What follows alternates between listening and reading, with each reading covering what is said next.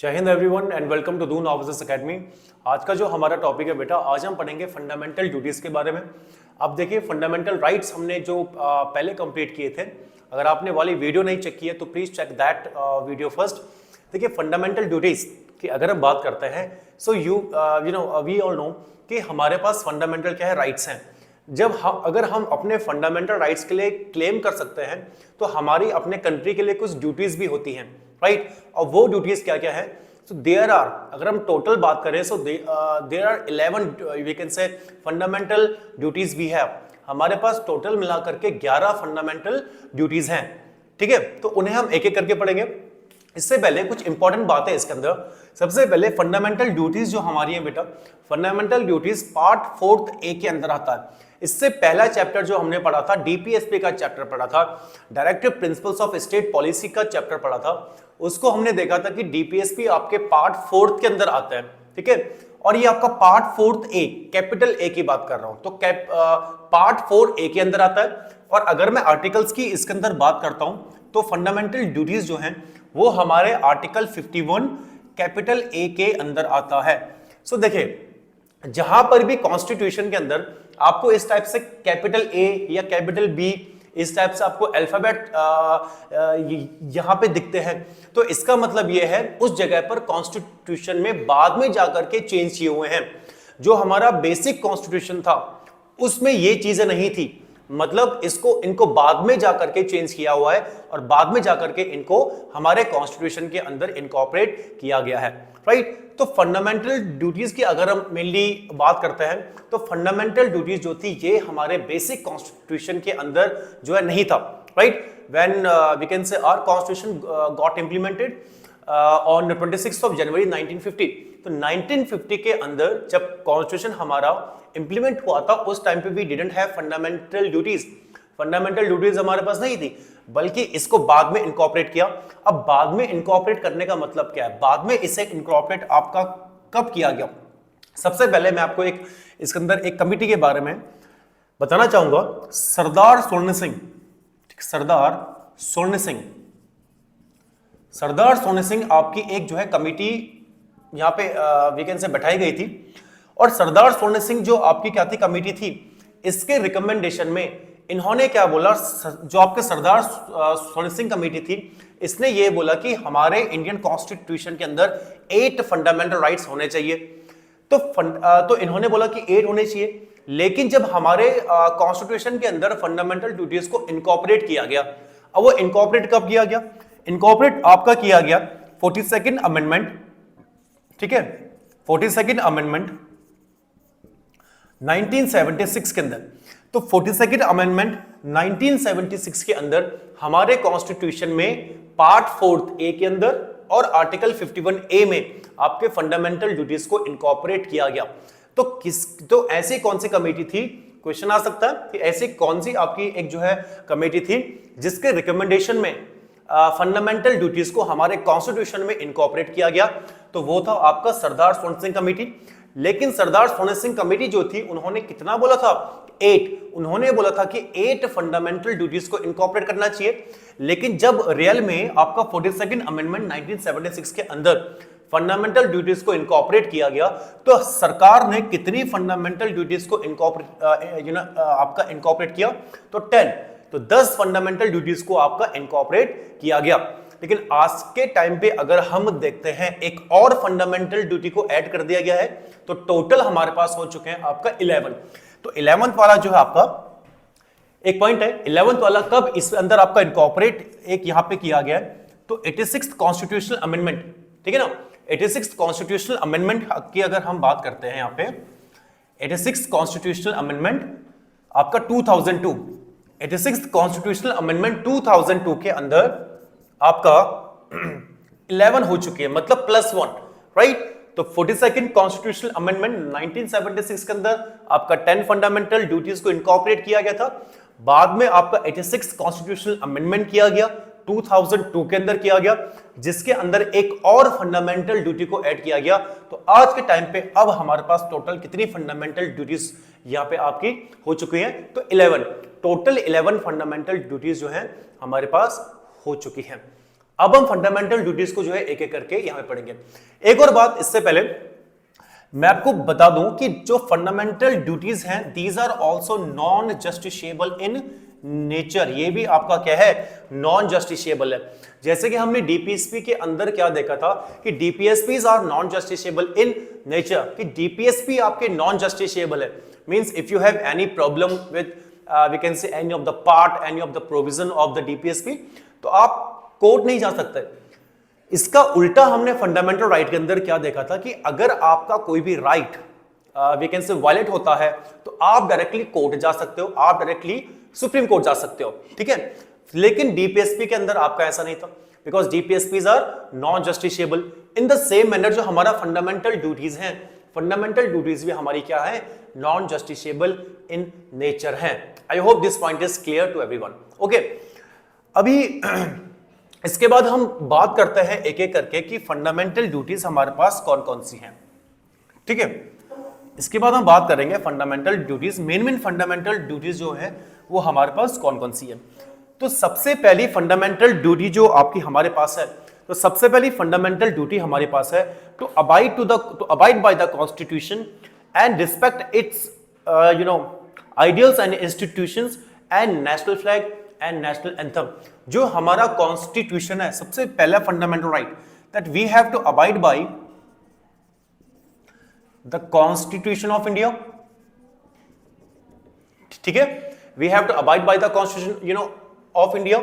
इसके साथ साथ we have to respect what, our national anthem and national flag.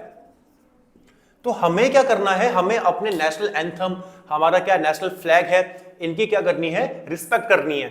And we also have to abide by our constitution. So ये क्या है, ये हमारा पहली ड्यूटी है, ठीक है।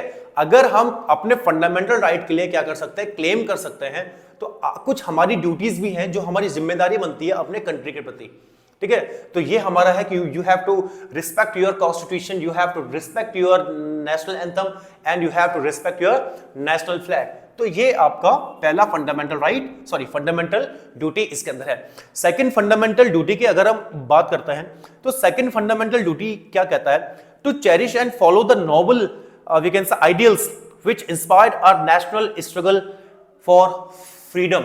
देखिए सेकंड आपका फंडामेंटल ड्यूटी ये बोलता है कि you have to cherish, okay, you have to cherish and you have to follow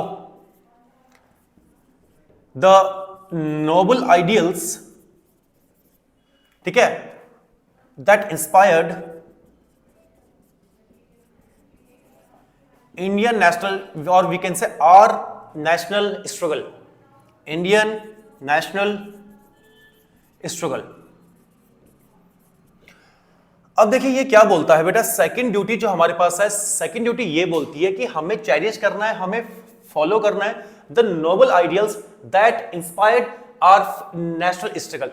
हमें उन चीजों को, हमें उन जो हमारे पास क्या था आइडियल्स है, जो हमारे आदर्श थे, जिन्होंने हमारे नेशनल स्ट्रगल को क्या किया, इंस्पायर किया, उन आदर्शों को, उन क्या वी कैन से आइडियल्स को हमें फॉलो करना है, उनको हमें चेरिश करके वी कैन से मतलब इनको हमें रखना है, ठीक है ना। तो ये आपका सेकंड फंडामेंटल ड्यूटी इसके अंदर ये बोलता है। थर्ड अगर हम फंडामेंटल ड्यूटी की बात करते हैं तो थर्ड फंडामेंटल ड्यूटी क्या कहता है, थर्ड आपका बोलता है to uphold and protect the sovereignty, unity and integrity of India. ये वर्ड आपने sovereignty, unity and integrity of India हमने प्रियम्बल में भी क्या किया है, देखा है। तो प्रियम्बल भी कहता है ना कि सोवरेनिटी, यूनिटी एंड इंटीग्रिटी को हमें क्या करना है, यहां पे बनाए रखना है, ठीक है ना। तो वही हम, ये आपका थर्ड फंडामेंटल जो ड्यूटी है वो भी यही कह रहा है कि we have to protect our sovereignty, we have to protect our sovereignty, unity and integrity of India. Integrity of India, हमको क्या करना है, हमको भारत की सोवरेनिटी, उसकी एकता और अखंडता को क्या करना है, बनाए रखना है। अब सोवरेनिटी का मतलब सबको पता है, अगर आपने प्रियम्बल की वीडियो नहीं देखी तो एक बार जाकर के आप देखिए प्रियम्बल की वीडियो, उसमें मैंने एक्सप्लेन किया है दैट व्हाट इज सोवरेनिटी। तो सोवरेनिटी का एक बार फिर सुन लीजिए कि सोवरेनिटी आपका होता क्या है। सोवरेनिटी का मतलब होता है कि जहां पर एक कंट्री क्या है, पूरी तरीके से फ्री है अपने इंटरनल मैटर्स और अपने एक्सटर्नल मैटर्स को जो है वी कैन से उनको एक जो डिसाइड करने में बिल्कुल फ्री है, right. India, like we can say India is a sovereign country. Yes, India is a sovereign country because कोई भी बाहर से आकर के हमें नहीं बताता कि आप अपने यहाँ पे ये काम करिए, आप अपने कंट्री के अंदर ऐसे लॉ फ्रेम करिए, right. We are free to decide our internal as well as और we can say external we can say matters, right? So that is why India is a sovereign country. तो to protect our sovereignty, unity and integrity of India, ये हमारा third fundamental क्या है, duty है, ये हमारी duty है। भारत की सोवरेनिटी, भारत की एकता और अखंडता को क्या करना, बनाए रखना, ये हमारी ड्यूटी है। अगर हम फोर्थ फंडामेंटल ड्यूटी की बात करते हैं तो फोर्थ फंडामेंटल ड्यूटी आपकी ये कहती है to defend the country and render national services when called upon to do so. Fourth आपका ये कहता है कि हमको अपने कंट्री को क्या करना है, डिफेंड करना है। To defend our country and render national service and render national service when called upon to do so. तो आपका फोर्थ फंडामेंटल ड्यूटी ये कहती है कि हमको अपने कंट्री को क्या करना है, डिफेंड करना है और we have to render national services whenever called upon to do so. जब भी आपको मान के चल लीजिए देश के ऊपर कोई वैकेंसी से खतरा हो गया तो आपको जब भी बुलाया जाएगा तो आपको क्या करनी है, नेशनल सर्विस को देना है and you have to defend your country. So this is our fundamental duty, ये हमारा फोर्थ फंडामेंटल ड्यूटी है। फिफ्थ फंडामेंटल ड्यूटी के अंदर आता है तो देखो फिफ्थ फंडामेंटल ड्यूटी मेनली क्या बोलता है, तो फिफ्थ फंडामेंटल ड्यूटी ये बोल रहा है to promote harmony and the spirit of common brotherhood. ठीक है, स्पिरिट आपको क्या रखनी है, you should have the spirit of harmony, सबके बीच में आपको हार्मनी एक जो है आपको हार्मनी बना कर रखनी है एंड ब्रदरहुड। ठीक है, आपको हार्मनी बना के रखनी है, सबके बीच में सद्भावना बना के रखनी है, पूरा वी कैन से ब्रदरहुड बोलते हैं, भाईचारा बना के रखना है, राइट। इसके साथ साथ and you also have to respect the women in the country, okay, right. And you also have to respect the dignity of the women. आपको वीमेन की डिग्निटी को भी क्या रखना है, बनाकर रखना है। तो ये आपका फिफ्थ फंडामेंटल ड्यूटी बोलता है कि you should have the spirit of harmony and we can say brotherhood पूरे कंट्री के अंदर और we can say among the people, लोगों के बीच में आपको हार्मनी एंड ब्रदरहुड बना करके रखना है and respect the dignity of women. जो वीमेन है उनकी डिग्निटी को भी आपको जो है बनाकर वी कैन से रखना है। You should not pass any sarcastic और we can say derogatory remarks to any women, right. किसी वीमेन को डेरोगेटरी या सार्कास्टिक रिमार्क आपको पास नहीं करना है। So these all the things are here. So this is also your one of the fundamental duties, okay? तो ये आपका फिफ्थ फंडामेंटल ड्यूटी इसमें हो गया। सिक्स्थ फंडामेंटल ड्यूटी की बात करेंगे तो सिक्स्थ फंडामेंटल ड्यूटी क्या बोलती है, देखेंगे आगे देखेंगे। To value and preserve the rich heritage of our composite culture. हमको क्या करना है, हमको अपना जो कंपोजिट कल्चर है उसको हमने संजो कर रखना है, उसको जो है प्रिजर्व करके यस सॉरी इसको मैं मिटा दूं, ठीक है। क्या करना है आपको, उसको प्रिजर्व करके रखना है। You know to preserve the composite culture, sorry, to preserve the composite, to preserve the composite culture of the country. ठीक है, तो सिक्स्थ फंडामेंटल ड्यूटी हमारे पास ये बोलता है कि that to preserve the composite culture of the country. जो हमारा कंट्री है, अपने कंट्री के कंपोजिट कल्चर को हमको वैल्यू करना है और उसको क्या करना है, हमको प्रिजर्व करके रखना है। तो ये सिक्स इस यहाँ पे अभी हमने फंडामेंटल ड्यूटीज को ये यहाँ पे देखा। आई होप ये सिक्स सबको समझ में आ रहा होगा। इसके बाद हम सेवंथ फंडामेंटल ड्यूटी को देखते हैं। इसको मैं मिटा देता हूं, ठीक है। सेवंथ फंडामेंटल ड्यूटी के अंदर आता है अब ये 7th फंडामेंटल ड्यूटी क्या बोलती है, इसको देखते हैं एक एक करके। ठीक है, okay, now see, now 7th fundamental duty आपकी क्या कहती है? 7th फंडामेंटल ड्यूटी आपकी ये बोल रही है to protect and improve the national environment including forest, lakes, rivers and wild life and to have compassion for living creatures that we have to protect. हमें क्या करना है? प्रोटेक्ट करना है। किसको प्रोटेक्ट करना है? Protect and improve the natural environment, जो हमारा नेचुरल एनवायरनमेंट है हमें उसे क्या करना है? प्रोटेक्ट करना है, उसे इंप्रूव करना है।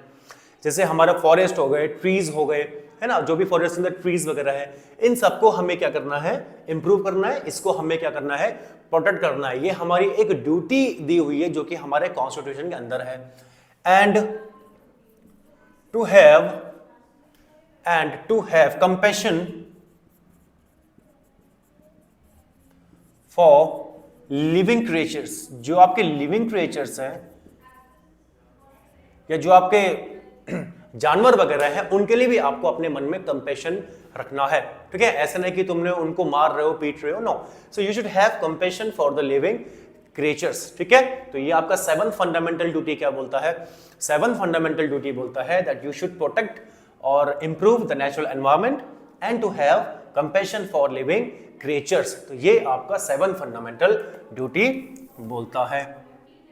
8th फंडामेंटल ड्यूटी की ओर चलते हैं। तो 8th फंडामेंटल ड्यूटी क्या बोलता है, देखेंगे। 8th फंडामेंटल ड्यूटी बोलता है to develop scientific temper, humanism and the spirit of inquiry and reform. To develop scientific, we can say what? To develop scientific temper. आपको साइंटिफिक टेम्पर क्या करना है बेटा? डेवलप करना है। To develop scientific temper, humanism and the spirit of inquiry and reform. देखो ये fundamental right, 8th fundamental right क्या बोल रहा है? ये कह रहा है कि आपको साइंटिफिक टेम्पर रखना है, राइट। आपको साइंटिफिकली क्या करना है? सोचना है। आपको ह्यूमनिज्म अपने मन के अंदर रखना है, right. And the spirit of inquiry and reform आपको रखना है। मतलब ये है कि द स्पिरिट ऑफ इंक्वायरी, आपको अपने सोसाइटी के अंदर या अपने समाज के अंदर, अपने देश के अंदर एक टाइप का इंक्वायरी की भावना अपने अंदर रखनी है, ताकि आपकी सोसाइटी के अंदर, आपके देश के अंदर क्या आ सके? रिफॉर्म आ सके, कुछ चेंजेस आ सके। ठीक है, तो ये आपका 8th फंडामेंटल ड्यूटी बोलता है। ठीक है, 9th फंडामेंटल ड्यूटी की ओर चलते हैं। तो 9th फंडामेंटल ड्यूटी आपका ये बोलता है to safeguard public property and abjure violence. तो ये बोलता है आपका टू सेफगार्ड पब्लिक प्रॉपर्टी, जो भी पब्लिक प्रॉपर्टी है उसको सेफगार्ड करना, राइट। एंड टू एब्जॉर वायलेंस, और जो आपका क्या है वायलेंस है उसको भी छोड़ना, उसको भी त्याग देना, राइट। तो टू सेफगार्ड पब्लिक प्रॉपर्टी जो भी है यहाँ पे, राइट, जो आपको पब्लिक प्रॉपर्टी दी हुई है by the government of India, तो उनको आपको क्या करना है? सेफगार्ड करके रखना है। एंड टू एब्जॉर्ब वायलेंस को भी आपको एब्जॉर्ब करना है, वायलेंस को भी आपको छोड़ना है। तो ये आपका 9th फंडामेंटल ड्यूटी के अंदर बोला गया है। 10th फंडामेंटल ड्यूटी को देखते हैं। तो 10th फंडामेंटल ड्यूटी आपका कहता है to strive towards excellence in all spheres of individual, okay, and collective activities so that nation constantly rises to the higher levels of endeavor and achievement। ठीक है, आपको क्या करना है? आपको टोटल, यहां पे मैं इस टाइप से इसको लिख लेता हूं कि आपको इंडिविजुअल लेवल पे भी और आपको पूरा कलेक्टिव या सोसाइटल लेवल पे भी अपने आप को इंप्रूव करने की कोशिश करते रहना चाहिए। आपको अपने individual and plus we can say collective level पे, आपको इंडिविजुअल एंड कलेक्टिव लेवल पे कंटिन्यूअसली ग्रो करते रहना चाहिए। अब जब आप ग्रो करोगे तभी क्या होगा? आपके कंट्री की भी ग्रोथ होगी, right? So you have to grow in all the spheres, आपको सारे स्फीयर्स के अंदर क्या करना पड़ेगा, ग्रो करना पड़ेगा। इंडिविजुअल लेवल पे भी आप ग्रो करिए एंड कलेक्टिव लेवल पे भी आप क्या करिए, ग्रो करिए, तभी जा करके आपका क्या हो सकता है, कंट्री का, आपके नेशन का भी डेवलपमेंट, आपका नेशन भी क्या होगा, ग्रो होगा। तो ये आपकी ड्यूटी बताई गई है, दिस इज इन 10th, आपका 10th फंडामेंटल ड्यूटी है, ठीक है। एक लास्ट आपकी फंडामेंटल ड्यूटी है, तो लास्ट फंडामेंटल ड्यूटी आपकी 11th ड्यूटी है। इस 11th ड्यूटी को मैंने क्या बताया था, ये 11th ड्यूटी आपकी 86th अमेंडमेंट, ठीक है, 2002 के अंदर इसको ऐड किया गया था, 2002 के अंदर इसको ऐड किया गया था। मैंने आपको डीपीएसपी के अंदर एक बात बताई थी, आर्टिकल 45, आर्टिकल 45 के अंदर हमने क्या पढ़ा था कि 14 ईयर्स और या 14 ईयर्स से कम एज के बच्चों को एजुकेशन देना है। ये किसकी ड्यूटी है, स्टेट को ड्यूटी दी हुई है कि स्टेट को या गवर्नमेंट को क्या करना है, उन बच्चों को एजुकेशन वहां पे क्या करना है, प्रोवाइड करना है, ठीक है। 86th कॉन्स्टिट्यूशनल अमेंडमेंट 2002 के अंदर ही उस पॉइंट को आर्टिकल 21A के अंदर डाल दिया गया है, जो कि अब हमारा फंडामेंटल राइट बन चुका है। इसी के साथ साथ उसको फंडामेंटल ड्यूटी के अंदर भी डाल दिया गया है। तो ये पॉइंट आपका क्या बोलता है, ये पॉइंट आपका ये बोलता है कि ये पेरेंट्स या जो गार्जियंस है, 14 ईयर्स या 14 ईयर्स से 14 साल से कम एज के जो बच्चे हैं, उनके जो पेरेंट्स हैं, उनके जो गार्जियन हैं, उनको ये ड्यूटी दी हुई है कि आपको अपने बच्चों को क्या करना है, compulsory education, compulsory elementary education क्या करनी है, आपका प्रोवाइड करनी है, ठीक है। 14 ईयर्स से कम 14 और 14 ईयर्स से कम एज के बच्चों को कंपलसरी एजुकेशन आपको देनी है। ये जो के पेरेंट्स है या ये जो क्या गार्जियन है, इनकी ड्यूटी है, ठीक है। एक्सक्यूज मी, ठीक है। तो इसके अंदर हम ये लिख सकते हैं कि it is the duty of the it is the duty of the parents और गार्जियंस to impart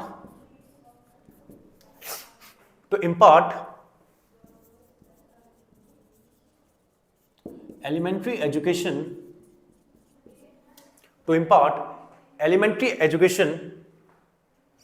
इसको मैं बाकी ऊपर लिख लेता हूं यहां पे, इसको मिटा करके, ठीक है।